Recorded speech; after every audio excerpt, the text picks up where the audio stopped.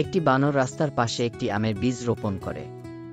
সে প্রতিদিন আমের চারাটির উপরে পানি দেয়। আমের গাছটি ধীরে ধীরে অনেক বড় হয় এবং গাছটিতে অনেক আম ধরে। বানরটি আমের গাছের ডালে বাসা বানায়। একদিন সেই রাস্তা দিয়ে একটি গাড়ি খুব দ্রুত চালানোর ফলে আম গাছটির সাথে ধাক্কা লাগে এবং আম গাছটিকে ধাক্কা দিয়ে ভেঙে ফেলে।